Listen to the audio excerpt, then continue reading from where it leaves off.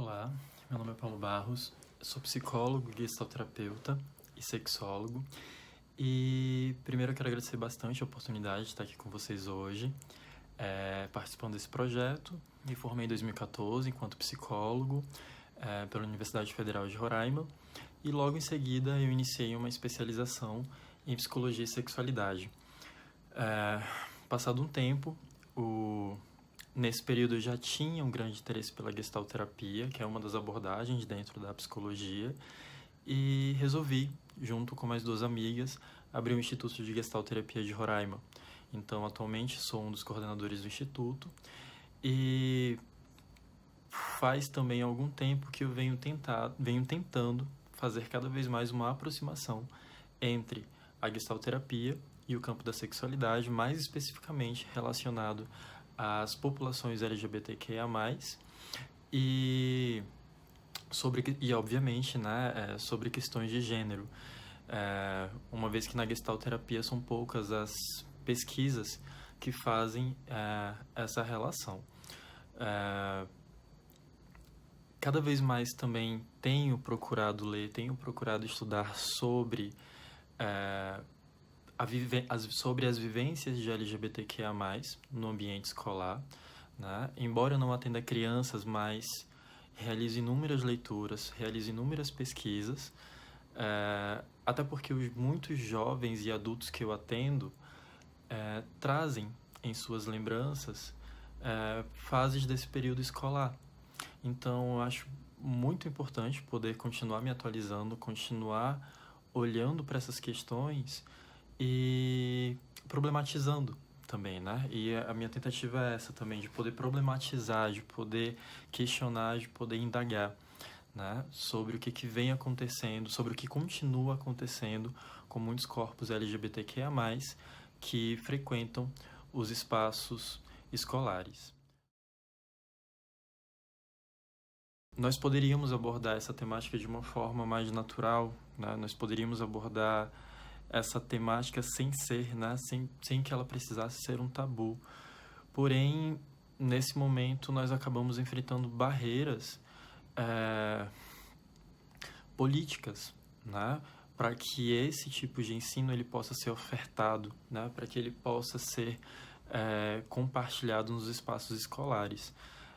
Eu acredito que, caso fosse possível fazer isso, né, seria primeiro extremamente importante que os professores, né, que a própria equipe, né, que faz parte dessa escola, que integra essa escola, que eles e elas passassem por esse processo também de capacitação, para que eles e elas pudessem olhar para a sua própria sexualidade, né, para que dessa forma, talvez, estivessem mais preparados para lidar também com a sexualidade de seus alunos.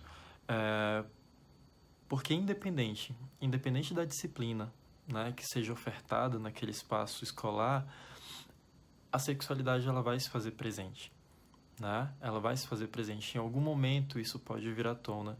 Então, não acho que deveria ter somente uma disciplina, somente um momento específico para falar sobre isso. Seria muito interessante se tivesse, né? Obviamente, com um profissional que fosse realmente capacitado para falar sobre isso.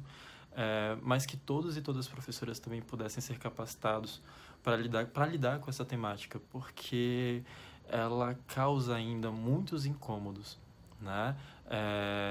Muitas sexualidades que se manifestam nesse ambiente escolar a partir dos corpos dos estudantes e das estudantes acaba impactando, acaba mexendo com as vivências de muitos professores e professoras, de muitos e muitas educadores e educadoras, né?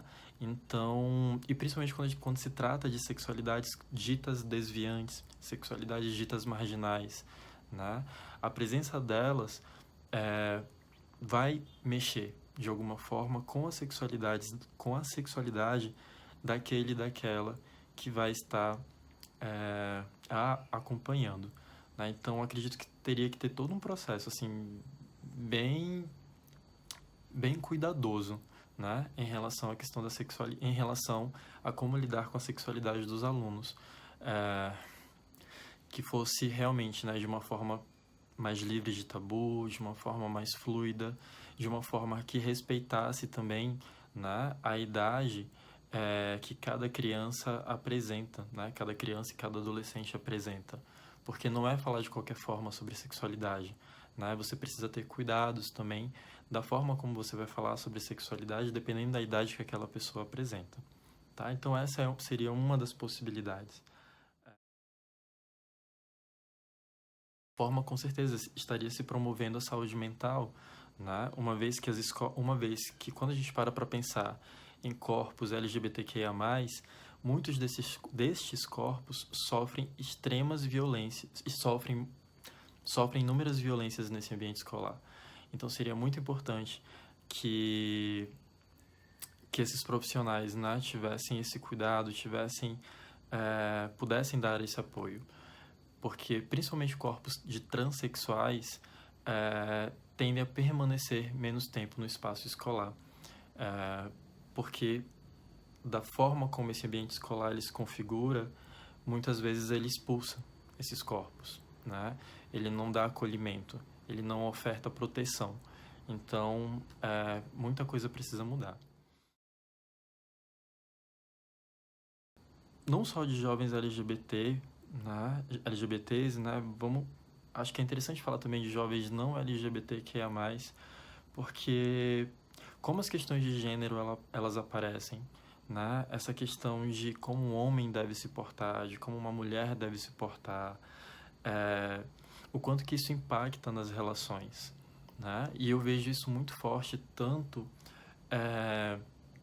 nas experiências de muitos jovens LGBTs quanto de jovens não LGBTs, jovens heterossexuais, né?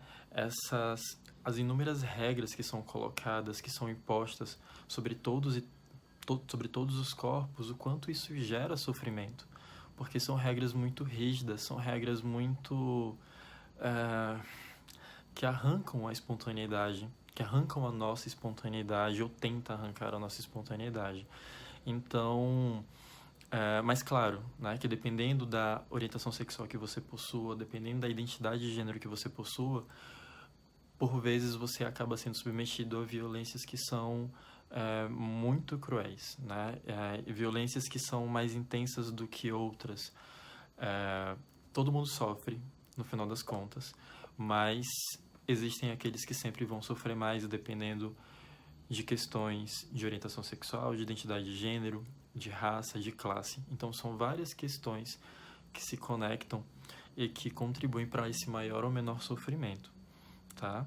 Então, a questão do preconceito nos espaços escolares, isso é muito forte, né? As brincadeiras que são feitas com corpos LGBTQIA+, isso costuma aparecer bastante também nos atendimentos. A necessidade de querer vivenciar uma relação LGBTQIA+, e o receio em vivenciar, né, tal experiência por medo da represália, por medo das punições que podem ocorrer, e elas ocorrem, né, muitas vezes ocorrem.